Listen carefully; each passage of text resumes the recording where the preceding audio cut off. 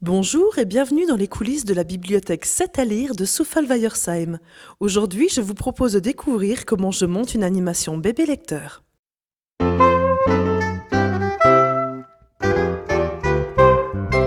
C'est vraiment pas dur de faire un trou dans le mur. C'est facile comme tout, d'enfoncer un clou. Comme on s'embêtait, on a décidé mercredi matin de faire à l'étage un peu de bricolage avec mes copains. Je fais partie de ces bibliothécaires qui adorent les idées un peu folles, les défis à s'arracher les cheveux. Alors pour la rentrée, je voulais vraiment quelque chose de spécial. Pour ça, il n'y a rien de mieux qu'Internet. Ça grouille d'idées et d'exemples complètement fous. Juste ce qu'il me faut. Ni une ni deux, j'attrape ma souris et je surfe sur les bonnes idées. Et au détour de mes recherches, je tombe sur cette magnifique réalisation. Là, c'est clair, c'est validé, c'est ce que je veux faire. Vous êtes comme moi? La couture, c'est super sympa, mais vous avez 3 mains gauches et pas vraiment envie?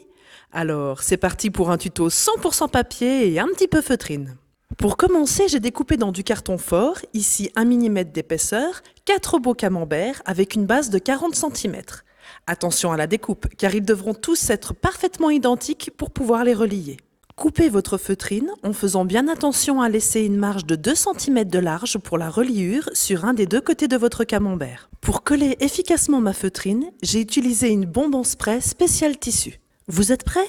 C'est parti pour en coller. Je me suis servi d'un cache en papier pour ne pas salir ma marge. Attention, il ne faut en coller que le long du cache en papier et sur une toute petite largeur, sinon vous aurez du mal à bien fixer la feutrine sur votre camembert. Le résultat est bien lisse? Vous pouvez en coller entièrement le reste du camembert et fixer délicatement et au fur et à mesure le reste de la feutrine. Attention, ça ne doit pas faire de plis. Découpez au verso ce qui dépasse et procédez ainsi sur les 7 autres faces. Attention, si comme moi vous voulez faire des doubles pages, pensez à bien vérifier que vous en collez la bonne face et surtout le bon côté de votre camembert, sinon aïe aïe aïe. Voilà ce que vous obtenez, il ne vous reste plus qu'à décorer vos pages. Pour créer les décors de mon histoire, j'utilise toujours de la feutrine. Plus elle est épaisse, plus le rendu est sympa. Si vous faites des doubles pages, pensez à bien coordonner tous vos éléments. Et pour fixer, j'utilise un pistolet à colle. Attention, attention, gare aux brûlures sur les petits éléments, ça fait très mal. Chaque page doit correspondre à un moment clé de l'histoire. Percez 4 trous dans la hauteur de votre marge de façon équilibrée. Prenez un gros lacet épais, faites un nœud à une extrémité et lacez les pages entre elles. Attention, veillez bien à ce que vous puissiez le refermer et le coulisser aisément. Faites un nœud à l'extrémité, c'est fini. Moi, j'ai brûlé chaque nœud pour qu'il ne s'effiloche pas. Ok, facile. Et les marionnettes alors? Voici ma source d'inspiration. Et voilà, vos marionnettes sont prêtes à rentrer en scène.